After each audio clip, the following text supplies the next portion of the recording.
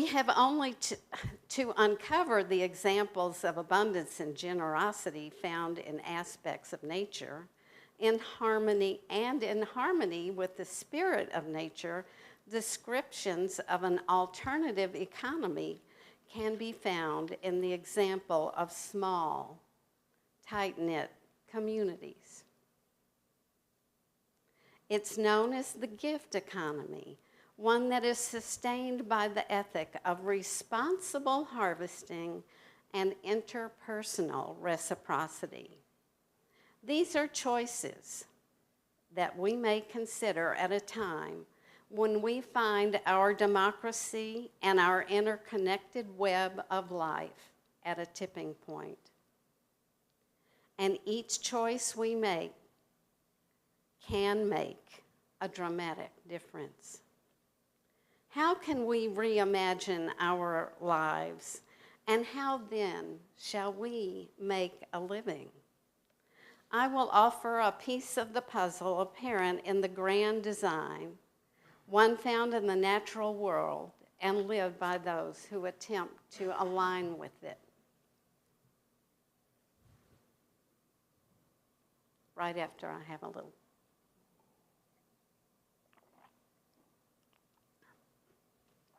Not a bilateral transaction that incurs obligation and demands indebtedness. Nature's abundance sustains its flow of gifts without a balance sheet.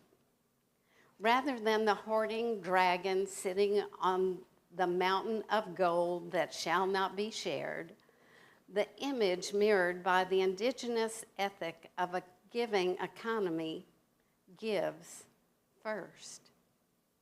Open to the intimacy of everything within and without, above and below, those who participate in giving realize their abundance and are responsible stewards.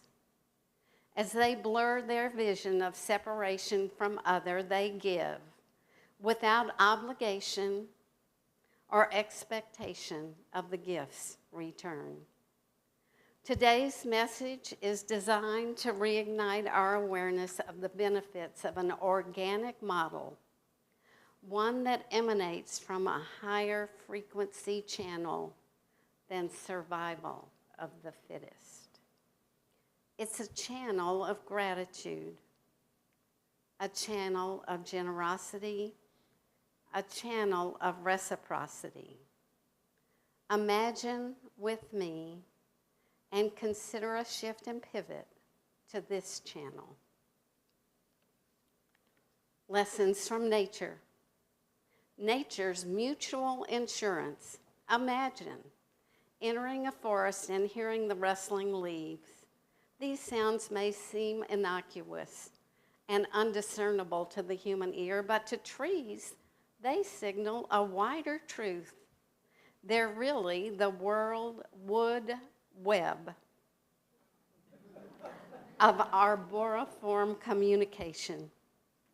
The mycelium network is an intimate and deep connection that involves nutrient transfers, fungal connections, and an occasional silent whisper, "I've got your roots." Underneath the forest floor, a mycorrhizal fungi links tree roots into a vast network.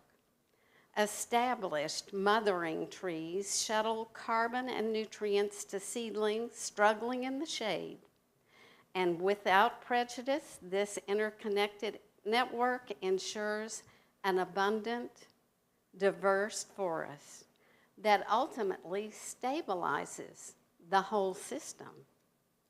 As more trees survive, they protect the forest as a buffer from climate crises that damage the roots and tear down the peripheral trees that are guardians.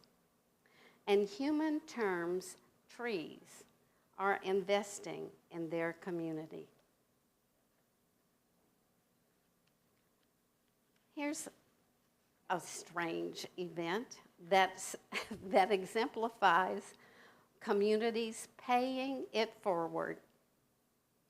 Nature's rule of reciprocity can be found in vampire bats. Vampire bats vanquish their roosts' potential for food insecurity by exemplifying the strategy of give one, get one. A bat who has successfully harvested its food regurgitates blood to a fellow bat who failed to harvest its daily meal. For the regurgitating bat, it's an insurance policy for the future when it may need reciprocity on another day. There's no bat balance sheet, merely a network that offers support when it's needed. Nature also demonstrates the economic principle of the scale multiplies the benefit. And you know this. This is especially evident in the shared labors of ants and bees. These social insects operate on shared labor and shared reward. An individual ant that works for the colony indirectly secures food and shelter for itself. Communities that cooperate prosper.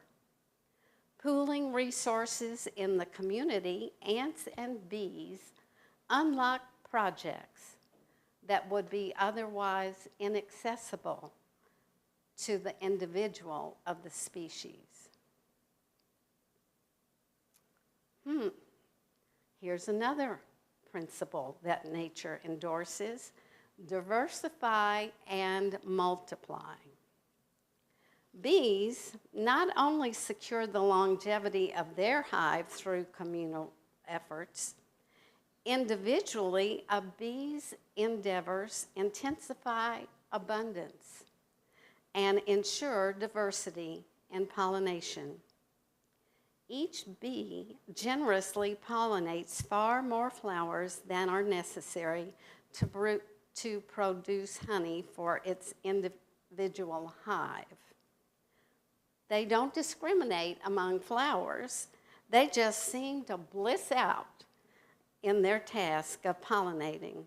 And as an outcome of their euphoria, bees create abundance and diversity in the plant world. This is my favorite because it speaks to me at this time. Inadvertent generosity.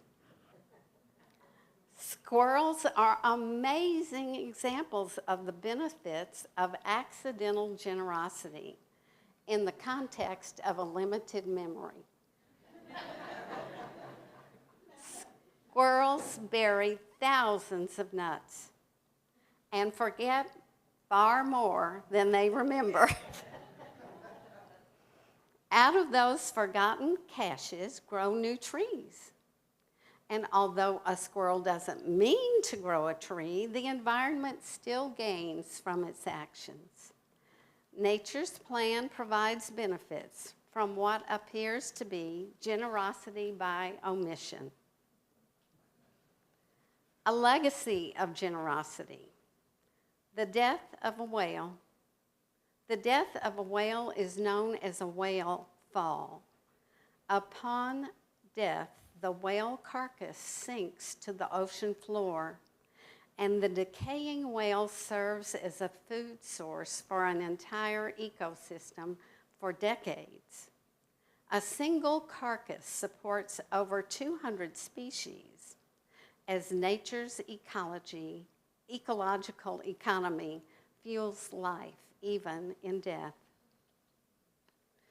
And here's the last, before your bottom loses its function and feeling. Abundance by design. The debris in my front yard is abundant testimony that oak trees generate a remarkable number of acorns. One oak produces over 2,000 acorns per year. And if all had survived, North America would be 47 feet deep in oak trees. With a survival rate of less than 0.1%, the unfertilized acorns serve alternately to feed deer, squirrels, raccoons, and all the saints.